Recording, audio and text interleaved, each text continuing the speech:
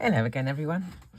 I want to make a card today with this little chap.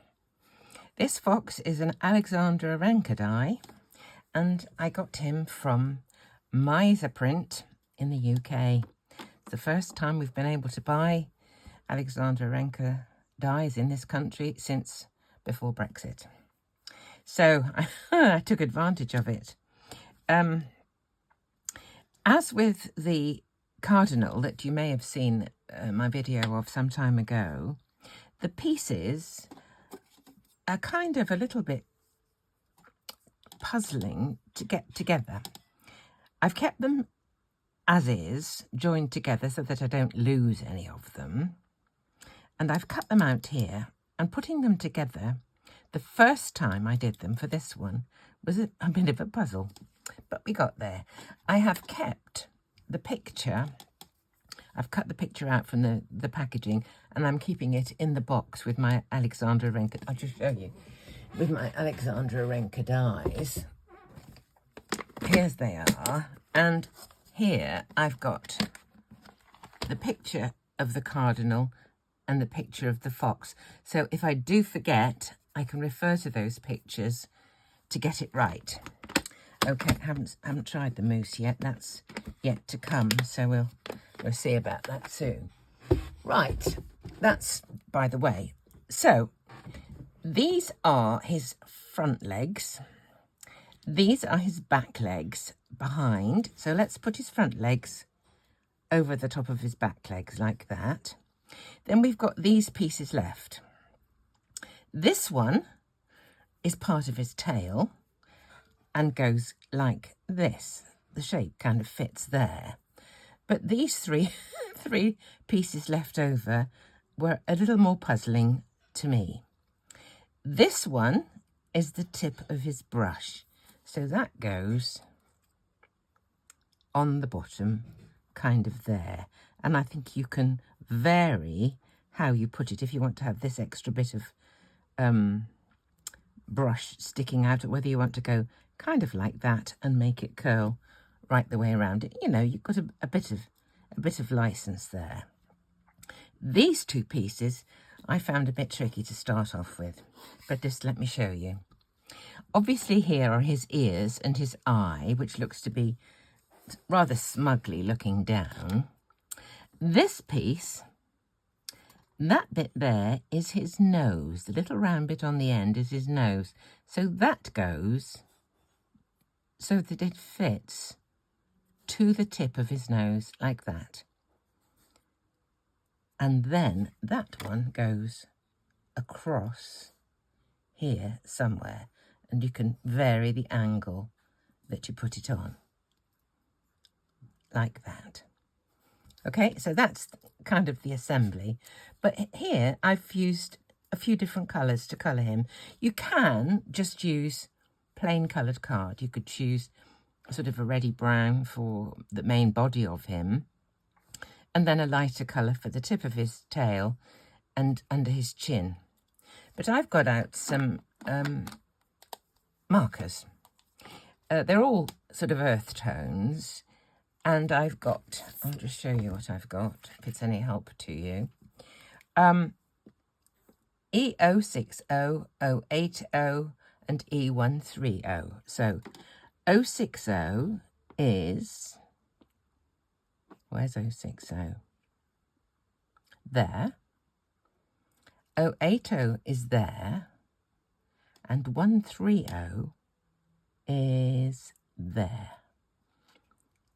080, 060, and 130. They are kind of together in this hexagonal chart. So, I'm going to start with the deepest of the three colours and start off by putting a shadow, and that is my 130. That is the deepest. Okay, so we'll put a little bit down the left-hand side. I always tend to keep my shading onto the left-hand side for some obscure reason. So let's just take that away, because I'm going to keep that lighter and that one lighter. So I'll just put that out of the way so I don't get carried away. And a little bit of deep colour on this, that side of his ear, between his ears as well. Okay. Now this one down the side of him, over his feet, between his legs, under this foot here. Just generally put a bit of shading in there. And his tail is going to be like this with a little bit of shading. Okay, I might put a little bit in there. Right, the next colour is 080. We'll put some of this on next, partly overlapping and adding a bit more. This kind of shading can be fairly, you know, random really, because you can blend it all in at the end.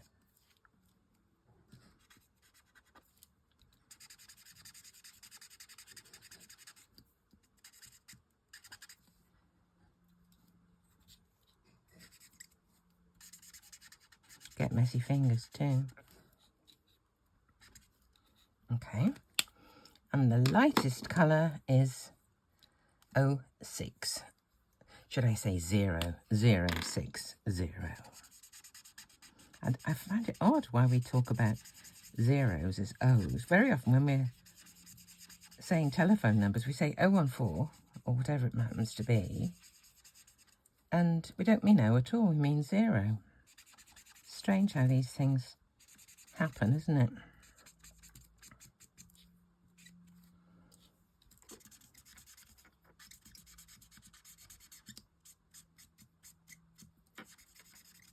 What irritates me as well, I am a grumpy old woman. People say, what was the name? And I very often like to say, do you want to know what it was or what it is? Why do they say, what was your name? It was something else a long time ago, but now it's what it is. Oh, I'm going on. Right, now for the brush, I've got another 2 E numbers here. I've got 210 and 220. One's called Brick Beige and the other one's called Sand. I don't often look at the what they call them. I just kind of call them by the numbers. It's easier for me to find. I can't remember names in the same sort of way. Now here's his tail.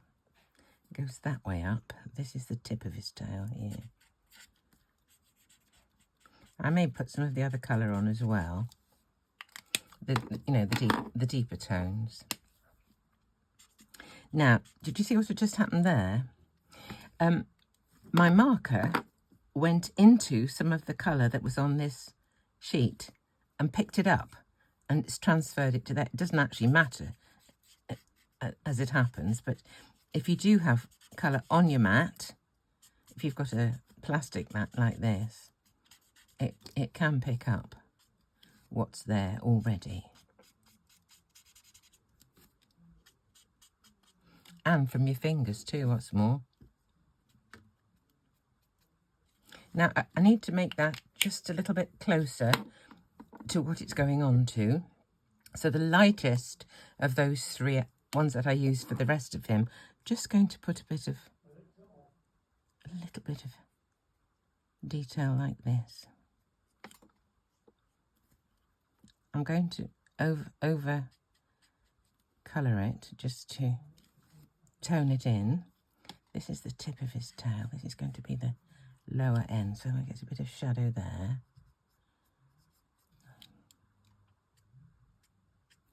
Okay, let me just go over those again.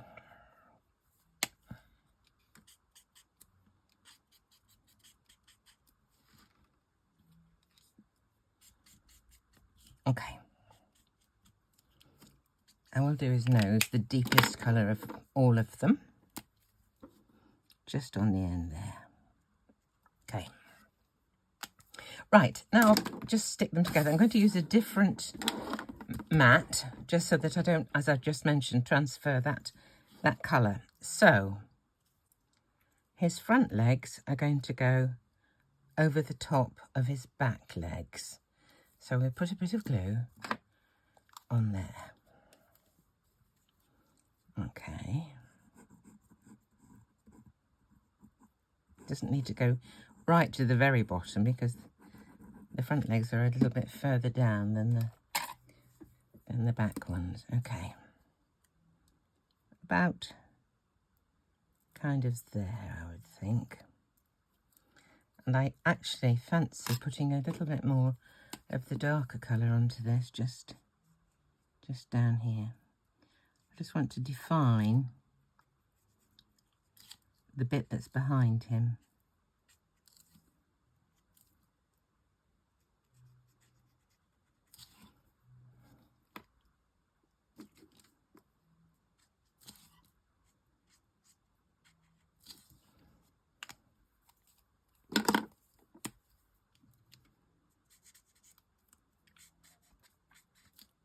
Okay.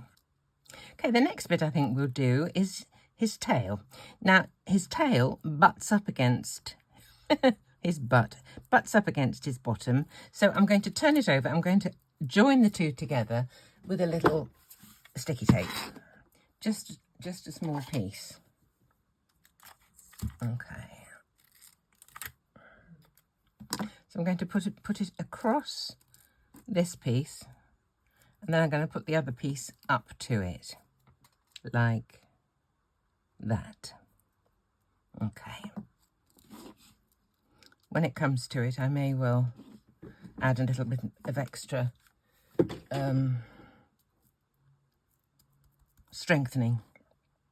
Right, let's do the tip of his tail, and I may well do a little bit of jiggery-pokery with colouring, just to make sure that they kind of fit. What I did do with this one is to use some of the lighter colours just to highlight this one again, just to lift it a bit more. Okay, let's stick his tail on. We'll just put it one bit here, the bit that kind of joins. Okay.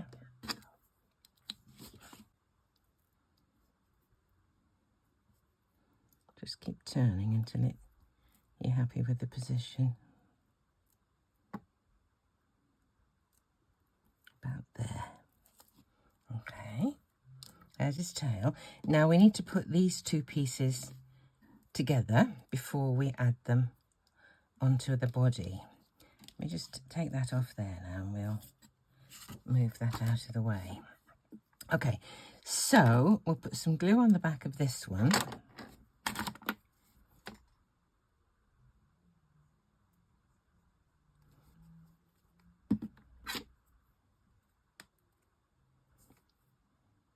Looks like I've glued the wrong side. It's the side nearest to his nose I need to do. Okay. I've got to get that position of that nose right on the end, like so.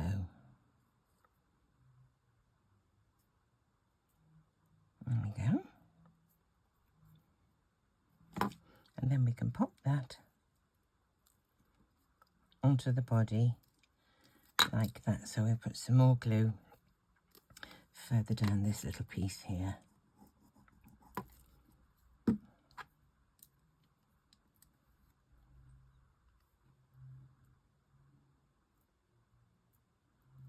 He's rather splendid, isn't he? Now, I think I'm just going to use, which was the deeper 220? Yes, this one, just to sort of lighten up this a little bit. Because the lighter colours will take some colour out of what is already there. Just to marry them up a little bit. That needs a bit of darkness there to join those two. From the bottom of here. Okay. So, there's Mr. Fox. Now, what I thought I'd like to do is to find a card to put him on. And I thought, where would Mr. Fox be? What would he be doing? And I looked through my sort of background dies and I came across this one from Memory Box, which is just a couple of trees. And I thought if I cut that from a dark panel, and I found some brown card. So I cut it out from that, and I thought he could kind of sit like this, looking rather smug. But then my problem was, what do I put behind? And I had a little think, and I wasn't really sure what to do. So I had a play, and this is what I came up with. First of all, I did this little piece to see, did I think that looked nice? I don't know. Put it behind, and I thought, well, it's not bad. It's not bad, but it's a bit bright for the fox. The fox looks, he looks kind of a bit drab by comparison. So that was on white card. So I used exactly the same colours, but I put it onto a piece of grey paper. And the look is totally different. I'm wondering if it's just kind of too drab, really. It's a tough decision. The next thing I did, I just got a little bit of sort of speckled egg. And this, I thought, looked a bit like, you know, midges that are out at dusk kind of thing. And I thought that was quite nice. At least you can see the fox in this. So what do we do? I can put all three together so that you can see a sort of comparison, really.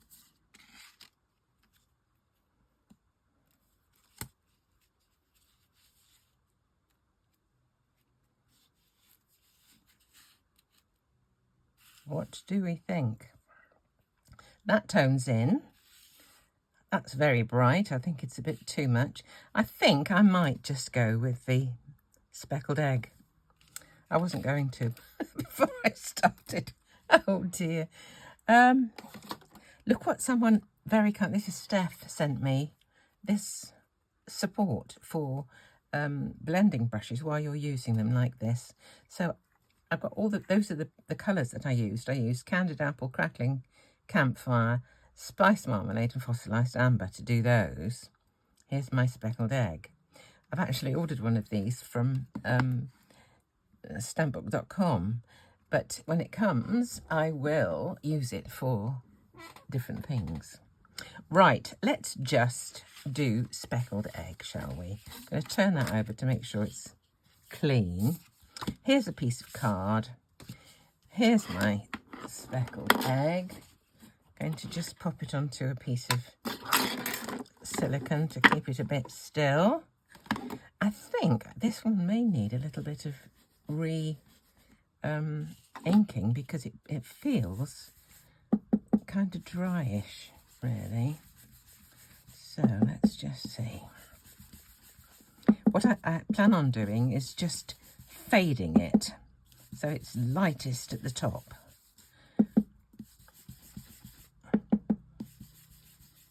And I've got this is an old stamp from Stampin' Up called, I think it was Gorgeous Grunge, this one. I think that was the one. And I'll use that just in my fingers just to put a little bit of those. I'm going to use scorched timber for it, but to tie in with the frame. But I think let's see how that looks. I think I have it a bit deeper at the bottom.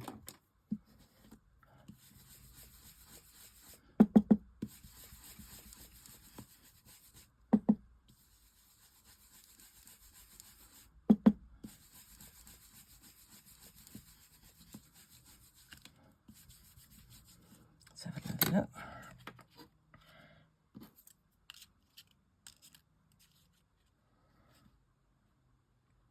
I think it's like it's still a little bit deeper. If I can get it, I must get a re-ink out.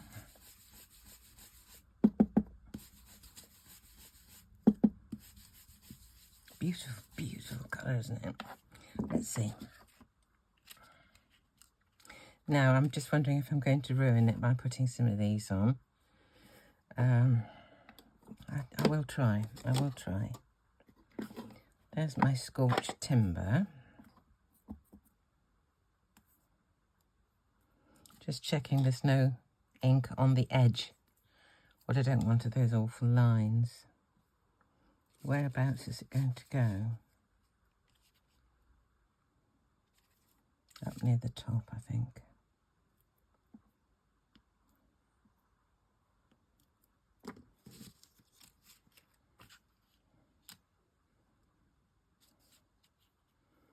I think that's going to do.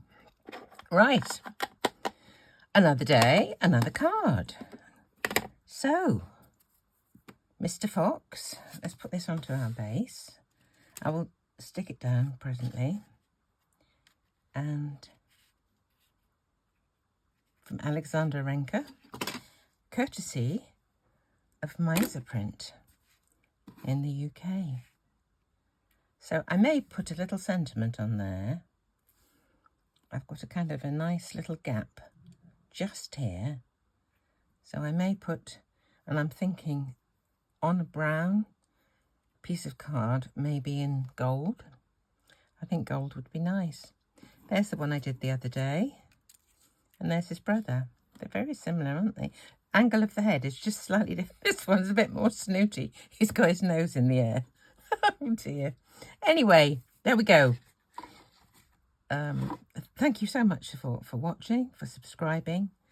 And I do love reading all your comments. I'd be interested to see your opinion of the background I actually chose. Okay, thanks so much for watching, and I'll see you next time.